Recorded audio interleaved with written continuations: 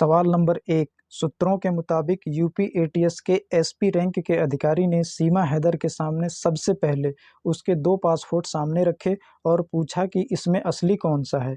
सीमा हैदर का जवाब, मैं पिछले 10 दिनों से बता रही हूँ कि पहले पासपोर्ट में सिर्फ सीमा लिखा था, जिसके चलते दिक्कत आ रही थी, इसलिए दूसरा पासपोर्ट सीमा गुलाम हैदर के नाम से बनवाया था।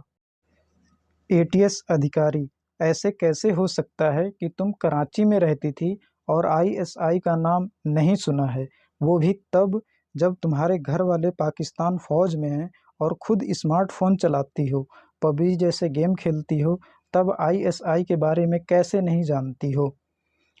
सीमा हैदर, आधी जिंदगी बच्चे पैदा करने और पालने में बीत गई और पिछले 5 साल से मैं सिर्फ समय काटने के लिए पबजी गेम खेलती थी।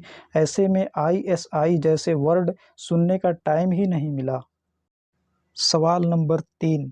आईएसआई शब्द सुनने का टाइम नहीं मिला। इंग्लिश तो बहुत अच्छी है, कहाँ और कब सीखी, बल्कि तुम तो सिर्फ 5वीं तक पढ़ी हो।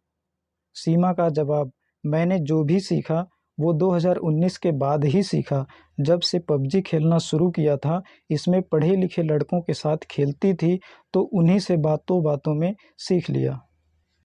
सवाल नंबर 4। तुम अपनी भाषा, जो उर्दू, अरबी, सिंधी हो सकती है वो तो नहीं, लेकिन हिंदी और अंग्रेजी बड़े अच्छे तरीके से बोल रही हो। इसकी किसने ट्रेनिंग दी तुम्हें? क्या तुमसे ये कहा गया था कि वहाँ शुद्ध हिंदी में बात करना, ताकि भारत के लोगों से जल्द घुल मिल जाओ? हमने सुना है कि शरण, अनर्थ जैसे शब्द बिल्कुल शुद्ध तरीके से बोलती हो। सीमा का जवाब, मुझे किसी ने नहीं सिखाया है।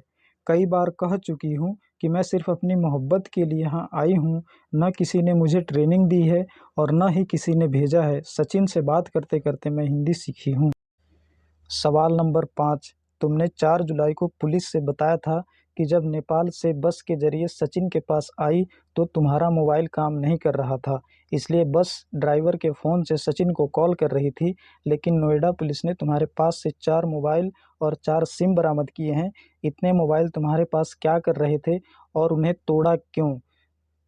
सीमा हैदर का जवाब, नेपाल से भारत आने पर मेरा पाकिस्तान का सिम काम नहीं कर रहा था और जब मैं सचिन के पास आई थी तब मुझे उन्होंने नया सिम ला कर दिया था।